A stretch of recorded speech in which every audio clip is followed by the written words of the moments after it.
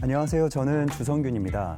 크리에이티브 콘텐츠 매니저로서의 제 역할을 한마디로 정의한다면 항상 새로운 아이디어를 찾고 창의적인 방법으로 콘텐츠를 기획하고 만들어 브랜드 메시지를 전달하는 것입니다.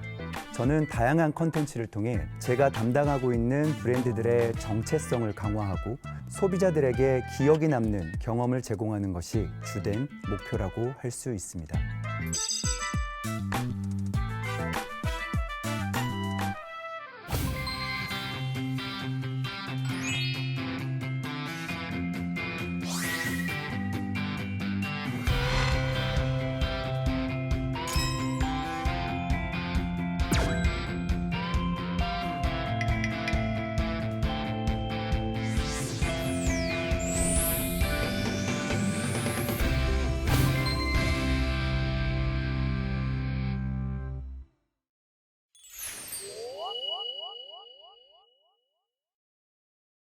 오늘은 소비자들의 관심을 끄는 콘텐츠 마케팅 전략에 관해서 이야기 나눠보려고 하는데요. 본격적으로 이야기에 앞서 제 이야기를 하나 해드리려고 합니다. 여러분, 혹시 웨이크보드 타보셨나요? 웨이크보드는 강이나 호수 위에서 모터보트에 연결된 보드를 타고 점프, 회전 등 다양한 기술을 구사하는 수상 스포츠입니다. 2017년에는 한국 웨이크보드 국가대표 윤상현 선수가 세계 최초로 갯벌에서 웨이크보딩에 도전했는데요. 국내 9시 뉴스에도 방영이 될 정도로 한때 이슈가 됐었습니다. 이 프로젝트는 제가 심혈을 기울여 준비했던 기획이었습니다. 당시 레드불에서는 각 국가 간에 더 의미 있고 화제성 있는 컨텐츠를 만들기 위해 서로 치열한 경쟁을 벌이고 있었거든요. 그래서 저도 한국에서 어떻게 하면 더 크리에이티브한 컨텐츠를 만들지 고민을 정말 많이 했습니다. 그때 딱 들어왔던 것이 한국의 갯벌이었습니다. 그래서 저는 강이나 호수가 아닌 갯벌에서 웨이크보드를 타는 컨텐츠라고 한다면 신선함은 물론 한국의 자연미를 동시에 보여줄 수 있고 도전과 열정이라는 브랜드의 핵심 가치도 전달할 수 있다고 생각했죠. 전 이 컨텐츠가 세상에 공개되자마자 엄청난 반응을 끌어낼 수 있을 거라고 기대했죠. 그런데요, 이 콘텐츠가 공개되고 9시 뉴스에 소개될 정도로 이슈가 되긴 했지만요, 화제성은 그 순간으로 그쳤습니다. 그리고 이 콘텐츠는 유튜브, 소셜미디어, 커뮤니티 등 그 어디서도 찾아볼 수 없습니다. 지금 이 콘텐츠가 인터넷상에서 흔적을 찾아보기 어려운 이유는 대중들의 입소문을 타고 활발하게 공유되지 않았기 때문입니다. 제가 분석한 이 콘텐츠의 실패 요인은 잘못된 콘텐츠 노출 전략에 있었습니다. 저를 포함한 많은 기획자는 웰메이드 콘텐츠가 공개가 되면 소비자들이 찾아올 것이라고 착각을 합니다. 그러다 보니 콘텐츠를 만드는 일에만 집중하고 이를 잘 퍼뜨리는 것에는 소홀하게 됩니다. 저 또한 그랬습니다. 프로젝트의 비용과 시간을 대부분 콘텐츠 제작에 쏟았고 콘텐츠를 레드불 코리아 홈페이지와 소셜미디어 채널들에만 독점 공개했습니다. 9시 뉴스와 신문 같은 매스미디어 채널에도 콘텐츠가 소개됐었지만 이를 본 대중들이 그 콘텐츠의 원본을 찾아 저희 채널로 직접 찾아오지는 않았죠. 이 프로젝트의 사례를 통해 우리가 알 수 있는 것은 아무리 좋은 콘텐츠라도 대중들이 이를 직접 찾아보지는 않는다는 것입니다. 더는 소비자를 향해 일방적으로 콘텐츠를 노출하는 기존 방식은 소비자의 관심을 끌 수 없을 것입니다. 앞으로는 그들이 좋아할 만한 콘텐츠를 가지고 타겟팅한 소비자들이 자주 활동하는 플랫폼으로 그들을 먼저 찾아가야만 합니다. 이런 전략으로 위기를 극복한 기업이 있는데요. 바로 벅스뮤직입니다. 벅스뮤직은 국내 최초로 음원 스트리밍 서비스를 시작했던 플랫폼입니다. 하지만 이후 후발주자들이 공격적으로 시장에 뛰어들며 한때 올드한 플랫폼으로 전략했었습니다. 벅스는 기업이 재도약하기 위해서는 젊은 세대를 브랜드의 팬으로 만들어야 한다고 생각했습니다. 그럼 벅스는 어떤 전략을 취했을까요? 벅스는 이미 20년 넘게 탄탄하게 자리 잡은 자체 플랫폼을 갖고 있었어요. 기업 입장에서는 소비자들이 자신의 플랫폼에 방문하게 하고 앱 이용자 수를 높이는 것이 이익이라고 생각합니다. 그런데요, 벅스는 우리를 찾아오게 기다리지 말고 유튜브 채널로 직접 소비자들을 찾아 나섰죠. 소셜미디어에서 인테리어나 홈파티 사진을 찾아보면 공통으로 보이는 이미지가 있습니다. 바로 에센셜이라는 문구가 크게 적힌 이미지입니다. 에센셜은 상황별로 어울리는 음악을 선곡해둔 플레이리스트 채널인데요. 나의 취향에 맞는 음악만 듣고 싶어하는 MZ세대들 사이에서 특히 인기가 많습니다. 또한 소비자의 현 상황과 맞는 제목들과 플레이리스트 취향에 찰떡같이 어울리는 이미지는 음원에는 크게 관심이 없는 소비자들까지도 채널을 클릭하게 합니다.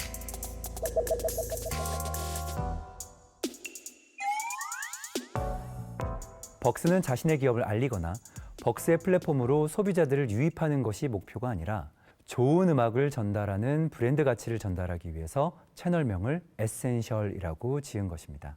컨텐츠를 제작할 때 우리 브랜드 상품 판매나 플랫폼으로의 유입만을 목적으로 삼는다면 소비자들에게 그런 컨텐츠는 스팸 메일과도 같은 존재로 인식될 뿐이라는 것을 잘 알고 있었던 것이죠. 그 결과 이 컨텐츠는 음악을 사랑하는 소비자들에게 공감과 관심을 얻어냈고요. 올드한 기업이라고 평가를 받던 벅스는 지금의 20, 30대가 찾아보는 음악 채널이 되었죠. 여기서 우리는 기업이 꿈꾸는 컨텐츠 마케팅의 미래를 엿볼 수 있습니다. 컨텐츠는 단순 소비자의 관심을 끌기 위한 도구가 아닌 우리 브랜드의 가치와 진정성을 전달하는 하나의 소통 창구가 됩니다. 이런 전략으로 단기간에 유니콘 반열에 오른 기업이 있는데요. 바로 오늘의 집입니다. 오늘의 집은 원룸에 사는 젊은 층들이 인테리어 사진과 컨텐츠를 게재하는 커뮤니티로 출발한 서비스죠. 이 어플은 출시 이후 2년 만에 다운로드 50만 건을 넘겼고 인테리어 소품부터 각종 생활용품과 가구들을 판매하는 커머스로 성장했습니다. 그리고 2022년에는 당당히 유니콘 기업으로 인정받기도 했습니다. 이 기업이 이렇게 단시간에 큰 성과를 낼 수 있었던 무기는 역시 콘텐츠입니다. 유저들 사이에서 가장 인기 있는 콘텐츠는 비포 애프터 시리즈라는 건데요. 어버이날을 맞아 몰래카메라 형식으로 오래된 엄마방을 바꿔준 에피소드, 광복절 특집으로 독립유공자의 할아버지의 36년 된 구옥을 리모델링한 에피소드는 소비자들로 하여금 누구나 예쁜 집에서 살 수 있어 라는 브랜드가 추구하는 가치와 진정성을 느끼게 해줍니다. 하지만 진정성 있는 콘텐츠를 만든다고 해서 소비자들이 직접 찾아봐 주지는 않겠죠. 오늘의 집은 자체 플랫폼은 물론 네이버 포스트, 블로그, 1분, 인스타그램, 유튜브 등 다양한 채널을 통해서 소비자들을 직접 찾아가고 있는데요. 이때 채널별 사용자들의 연령대, 취향, 관심사를 분석해서 채널별로 다른 콘텐츠 노출 전략을 펴고 있습니다. 예를 들어 인스타그램은 젊은 여성들이 많이 모이는 채널인데요. 해당 연령대에 특히 많이 일어나는 인테리어 이벤트가 자취 결혼이기 때문에 원룸 인테리어와 소형 평수 신혼집 사진들을 주로 보여줍니다. 또 인스타그램에서 잘 통하는 따뜻하고 아기자기한 소품들로 채워진 감성 사진들로 피드를 채우죠. 반면 1분이라는 채널의 전략은 또 다릅니다. 1분은 40대 여성분들이 즐겨 찾는 채널인데요.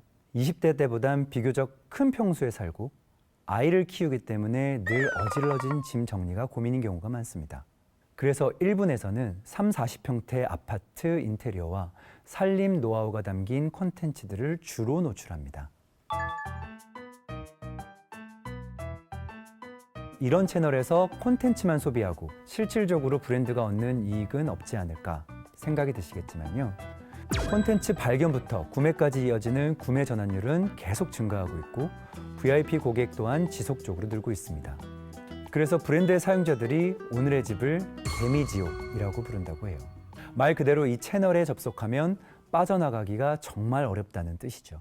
여기에 들어가는 순간 콘텐츠 소비에서 제품 구매, 그리고 콘텐츠 생산이 한 번에 이루어지기 때문입니다. 그리고 그 콘텐츠들을 모두 소비하고 나서는 자연스럽게 커머스로 이어집니다. 모든 콘텐츠들의 사진에는 상품 태그가 있는데 이 아이콘을 클릭하면 바로 구매 페이지로 이어지거든요.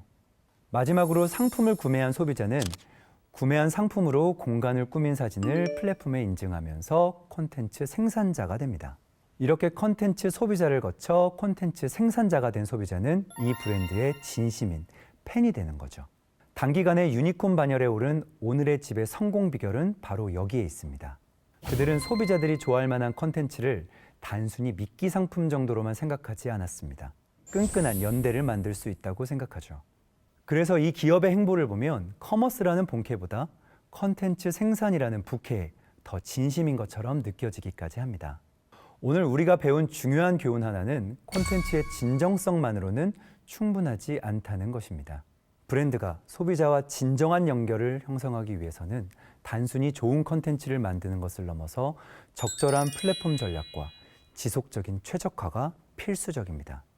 우리는 소비자들이 활동하는 소셜미디어 플랫폼, 커뮤니티 사이트, 블로그 등을 분석하고 이러한 채널을 통해서 브랜드의 메시지를 전달해야만 합니다.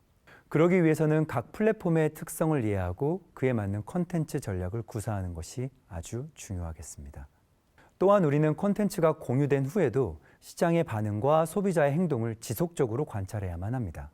실시간 데이터 분석을 통해 얻은 인사이트는 콘텐츠를 더욱 매력적이고 효과적으로 만들 수 있는 가이드가 됩니다. 이를 통해 콘텐츠의 메시지, 비주얼, 그리고 배포 전략을 계속해서 개선해 나가야만 브랜드의 메시지가 소비자에게 더욱 깊이 다가갈 수 있습니다. 현대의 소비자들은 정보의 홍수 속에서 살고 있으며 그들의 주목을 끌기 위해서는 우리가 더욱 적극적으로 나서야 합니다. 소비자들이 우리의 브랜드의 콘텐츠를 단순한 광고가 아닌 가치 있는 정보와 영감의 원천으로 인식할 때 그것이 진정한 콘텐츠 마케팅의 성공입니다. 오늘의 한 줄 리뷰는 콘텐츠 마케팅의 성공은 진정성과 지속적인 최적화에 달려있다고 하겠습니다.